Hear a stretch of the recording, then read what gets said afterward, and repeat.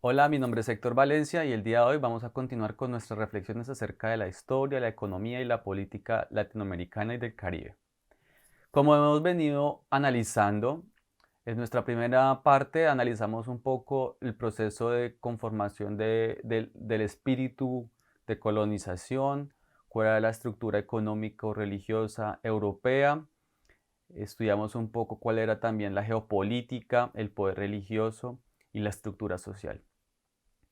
El día de hoy quiero darle un giro diferente a nuestra reflexión y quiero cambiar un poco la perspectiva desde la cual nos situamos.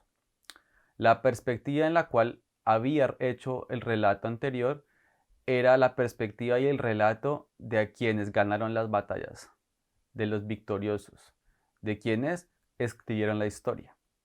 El día de hoy quiero comenzar con una perspectiva diferente, una perspectiva que históricamente ha sido ocultada e incluso eliminada. ¿Cuál era la perspectiva de los pueblos que habitaban lo que hoy se llama Latinoamérica o América y el Caribe? ¿Cuáles eran sus nombres? ¿Cuáles eran sus costumbres? ¿Cuál era su lengua? ¿Cuál era su religión? Este tipo de conocimiento se nos ha puesto bajo un manto de duda, bajo un manto de misticismo, incluso con una perspectiva avergonzante. Las categorías de premoderno, precolombino, prehispánico tienen una carga política en sí misma bastante clara.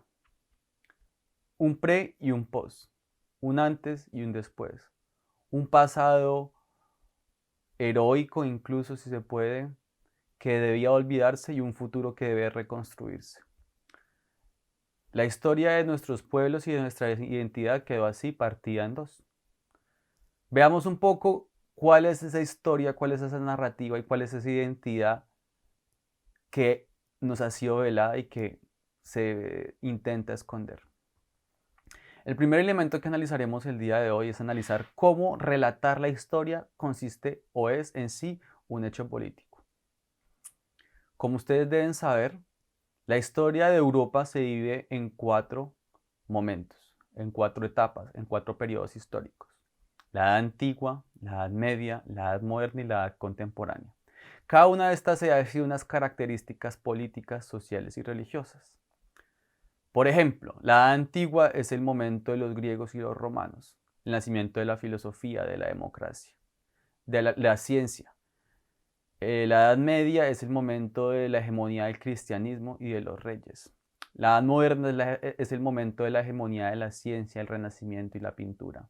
La Edad Contemporánea es el momento de la consolidación de la Revolución Francesa, el capitalismo y la globalización. Esta historia europea se nos ha instaurado y se ha enseñado como si fuese la historia de la humanidad. La historia de un sector del globo ha sido explicada como la historia de la totalidad de los eventos de la humanidad. Estos 4 momentos no corresponden a los momentos históricos tanto de África, Asia y América. La Edad Media europea no corresponde con la Edad Media latinoamericana, africana o china.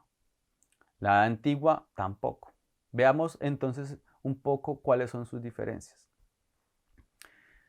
Los arqueólogos y los historiadores han intentado dividir el periodo antes de la llegada de los españoles en 3 momentos.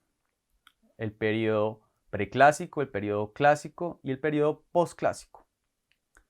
Luego del periodo postclásico empataría con la edad moderna traída por el pensamiento y la cultura española y europea. En ese orden de ideas, lo que la narración de la historia universal nos dice es que a partir de la conquista o la mal llamada conquista, todo el continente americano entró a la historia universal. Es bastante loco, si podemos decir, ¿no? Pareciese como si antes de la llegada de los europeos no hubiese nada. Incluso algunos filósofos y algunos pensadores dicen que estos pueblos son pueblos sin historia, justamente porque no estaban acoplados o inmersos en el movimiento de la historia europeo, africano y asiático. Veamos pues cuál es esta historia de una manera obviamente muy resumida y muy general. Por ejemplo, uno de los pueblos más antiguos de América son los pueblos olmecas, que nacieron alrededor de 1400 a.C. y se desarrollaron hasta el siglo III, IV a.C. En el 1300 más o menos antes de Cristo, que es la misma época de las leyendas bíblicas de Moisés. Esa es más o menos también la época de la Ilíada y la Odisea de Homero. Estos pueblos hacen parte del periodo preclásico.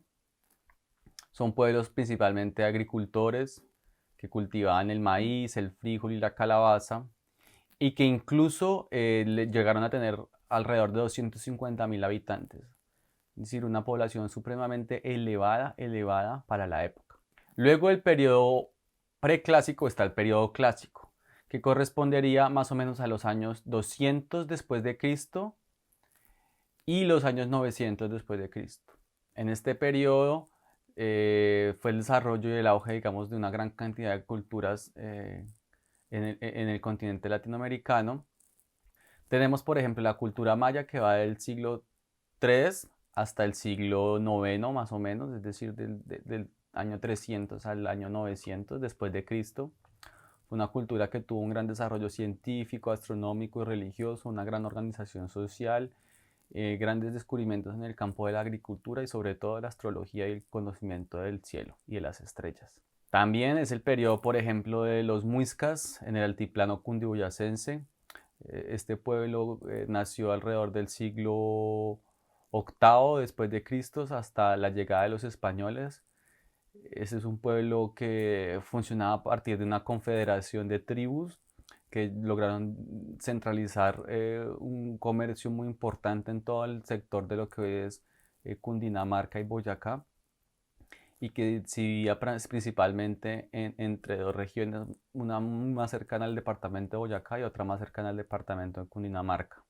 También habían otras tribus y pueblos indígenas tales como los Panches, los Tairona, los Zenú. Finalmente tenemos el periodo posclásico, que va del siglo VIII hasta la llegada de los españoles, es decir, en el siglo XV. Este es el periodo más conocido en la historia de la humanidad, pues es el periodo en el cual se desarrolla el imperio inca y el imperio azteca. El imperio inca y el imperio azteca son, digamos, los desarrollos más avanzados, tanto en lo político y en lo militar como en lo estatal. Un estado centralizado muy fuerte y una expansión imperial considerable. El caso, por ejemplo, del imperio inca se conoce ampliamente como la centralización del estado permitió una grande redistribución del beneficio de la agricultura, lo cual generó una especie de sistema económico bastante redistributivo en donde ninguna persona, por ejemplo, se quedaba por fuera del circuito económico. Esto incluso fue llamado por algunos pensadores como un socialismo de base o un socialismo primigenio. Como pudimos ver en este video, el primer elemento que analizamos es cómo la narración y la descripción de la historia y de sus edades y de sus épocas tienen por sí una carga política importante. Parece que el lugar de enunciación europeo juntó y agrupó todo el conjunto de eventos históricos de la humanidad en torno a la experiencia propia del tiempo europeo. Así pues, podemos considerar que el periodo antes de la llegada de los españoles es considerado como incluso un periodo que está por fuera de la historia, un periodo que está por fuera del entendimiento y el desarrollo de la ciencia, de la religión y de la cultura.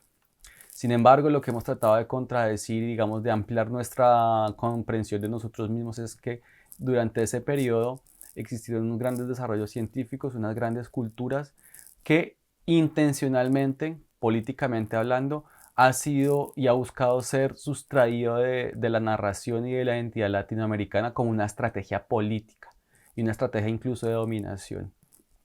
En este orden de ideas, tenemos que concebir y entender nuestra identidad latinoamericana, política y nuestra formación estatal y cultural como un proceso histórico mucho más amplio que vaya más allá de la llegada de los españoles.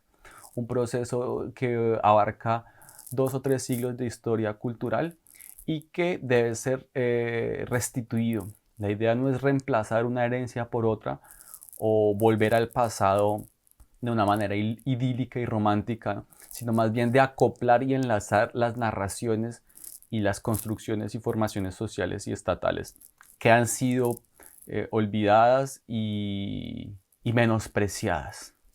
Creo que eso es un elemento muy importante para entendernos a nosotros mismos y poder incluso cerrar muchas heridas que en nuestro continente aún están abiertas.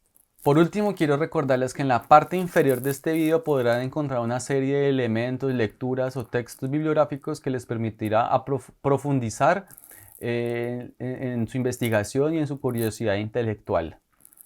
En los videos previos también existe una parte donde comento un poco el propósito del video y alguna bibliografía secundaria.